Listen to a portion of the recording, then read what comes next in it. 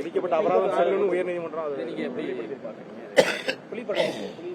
அவர் வரி ஏய்ப்பு செய்திருக்கிறாருன்னு நீதிமன்றம் சொல்லியிருக்கு. அதை போய் நம்ம எப்படி தப்புன்னு சொல்ல முடியுமா? ஊழல் செய்ய மாட்டேன்னு சொல்லிட்டு இருந்தாரு, இப்ப அவர் வரி ஏய்ப்பு செய்து உறுதிப்படுத்திருக்காங்க. இப்பதான் ஒன்னொன்னா ஆரம்பிச்சிருக்கு. இப்பதான் விசில் அடிக்க ஆரம்பிச்சிருக்கு. அது பிறகு ட்ரம் எல்லாம் சேர்ந்து அடிப்போம், எல்லாம் சேர்ந்து. மத்திய அரசோட பட்ஜெட்டை விமர்சனம் பண்ணி தமிழகம் முழுவதும் திமுக போட்டிருக்காங்க. குறிப்பா பட்ஜெட் தமிழகத்துக்கு பெரிய முட்டை கொடுத்துக்கிறாங்க அப்படின்ற மாதிரியான போஸ்டர் எல்லாம் பார்க்க முடியுது. இதை எப்படி பார்க்க? அதாவது என்னன்னா, இவங்க செஞ்ச தவறையெல்லாம் மறைக்கிறதுக்கு இப்ப 3000 கோடி ரூபாய்க்கு டெண்டர் விட்டுருக்காங்க. இப்ப அவசரம். அதுல 450 கோடி ரூபாய் இன்னைக்கு அவர்களுக்கு கமிஷன் வர இருக்கிறது. இதையெல்லாம் மறைப்பதற்காக கஞ்சா போதைப் பொருள் 11வது கிளாஸ் படிக்கிற பையன் பையில கஞ்சா எடுத்துட்டு போறான் ஸ்கூலுக்கு. பீர் பாட்டில் எடுத்துட்டு போறான். யாருடைய ஆட்சியில? முதலமைச்சருடைய ஆட்சியில. ஆனா இவங்க சொல்றாங்க முட்டை அப்படிங்கிறாங்க. நான் சொல்றேன், இவங்களுடைய ஆட்சி தான் முட்டை. இவங்க மக்களுக்கு கொடுத்தது முட்டை 0.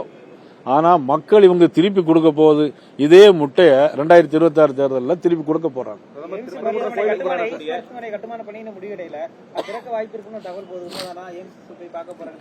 கிட்டத்தட்ட எய்ம்ஸ் மருத்துவமனையில் எல்லா பணிகளும் நிறைவடைந்த சூழ்நிலை இருக்கிறது.